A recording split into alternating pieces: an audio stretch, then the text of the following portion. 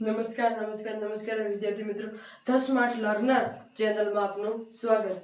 આજે આપણે શીખીશું ધોરણ 9 વિજ્ઞાન ચેપ્ટર નંબર 1 આપણી આસપાસમાં દ્રવ્યનો મોસ્ટ આઈએમપી પ્રશ્ન. એ પૈકી બે ગુણના પ્રશ્નમાં પહેલો પ્રશ્ન, દ્રવ્યના કણોમાં કયા પ્રકારની લાક્ષણિકતાઓ હોય છે? કે દ્રવ્યો શેના કારણે દ્રવ્ય છે તે ઓળખાય, તેના ગુણધર્મો, તેની લાક્ષણિકતાઓ. કે દ્રવ્યો એકબીજાને આકર્ષે છે, દ્રવ્યો વચ્ચે ખાલી જગ્યાઓ હોય તેના એ ગુણધર્મો લખવા. અને બીજો પ્રશ્ન છે, ઉનાળામાં માટલા એટલે ઘડાનું પાણી શા માટે ઠંડુ હોય છે? તો તેમાં બાષ્પીભવનની પ્રક્રિયા જવાબદાર છે.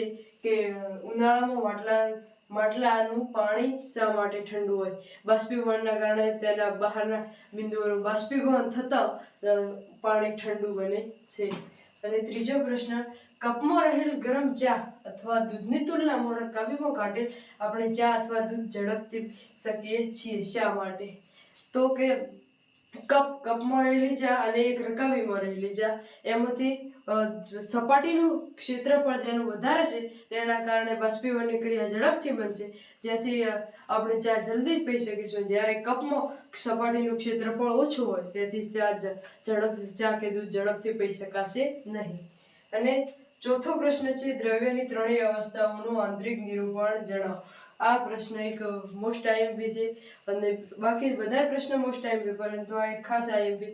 અને જે આપણા પાઠ્યપુસ્તકના પેજ નંબર 8 ઉપર જણાવેલ આકૃતિ, ઘન પ્રવાહી વાયુ ઉધ્વપાતન વાળી આકૃતિ છે, એનું રૂપાંતર લખવાનું છે અને આકૃતિ દોરવાની છે.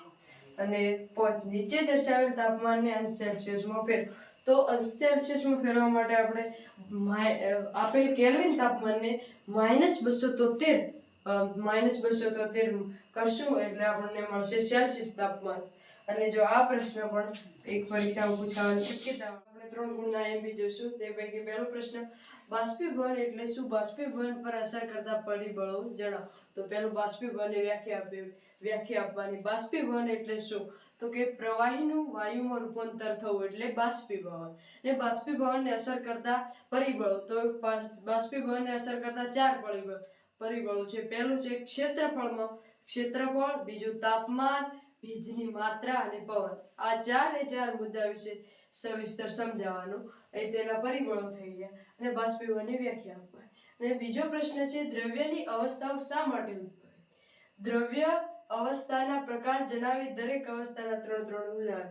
એટલે દ્રવ્ય અવસ્થાના પ્રકાર, ઘન પ્રવાહી વાયુ, તેના ઉદાહરણ આપવાના. ઘન હોય તો ધારો કે લાકડું વગેરે, લાકડું, અને પ્રવાહી હોય તો પાણી, કેરોસીન, ને વાયુ હોય તો ધુમાડો, તેના ઉદાહરણ આવે. અને ત્રીજો પ્રશ્ન, ઘન પ્રવાહી વાયુ અવસ્થાના ગુણધર્મો જણાવો. તો આમાંથી કોઈ બી એક અવસ્થા પૂછે, કાં તો ઘન પૂછે, પ્રવાહી પૂછે અથવા વાયુ પૂછે, એના અવસ્થાના ગુણધર્મો જણાવો. તો તેની વ્યાખ્યા પૂછે તો વ્યાખ્યા લખી અને અવસ્થાના ગુણધર્મો જણાવવાના, નકર ડાયરેક્ટ જણાવવાના. કોઈ બી એક અવસ્થા પૂછે અને તેના ગુણધર્મો જણાવજે. 3 ગુણમાં પૂછે. અને ચોથો પ્રશ્ન છે, દબાણ એટલે શું? દ્રવ્યની દબાણના ફેરફારની અસર સમજાવો. તો દબાણની વ્યાખ્યા આપી તેની ફેરફારની અસર સમજાવવાની છે. અને 5મો પ્રશ્ન છે, ટૂંકનો લખો ગલન અને ઉત્કલન બિંદુ. તો ગલન અને ઉત્કલન બિંદુ વ્યાખ્યા સમજાવવાની, તે કે તેનું તાપમાન કેટલું હોય તેના વિશે લખવાનું. અને આ 5 પ્રશ્નમાં પણ મોસ્ટ આઈએમપી પૂછાવાની શક્યતા છે. બાષ્પીભવન વાળો પ્રશ્ન. અને બીજો પ્રશ્ન છે, ઘન પ્રવાહી અને વાયુ. આમાં કોઈ બી એક જ અવસ્થા પૂછાય, કાં તો ઘન પ્રવાહી અથવા વાયુ, તેના અવસ્થાના ગુણધર્મો જણાવવાના છે. તો આ બે ખાસ મોસ્ટ આઈએમપી પ્રશ્ન છે. આ ઉપર ખાસ ધ્યાન આપવું અને પાકા કરવા. અને જો તમને અમારા વિડીયો ગમતા હોય તો લાઈક કરો, શેર કરો, સબસ્ક્રાઇબ કરો અને તમારા અન્ય મિત્રો સુધી શેર કરો.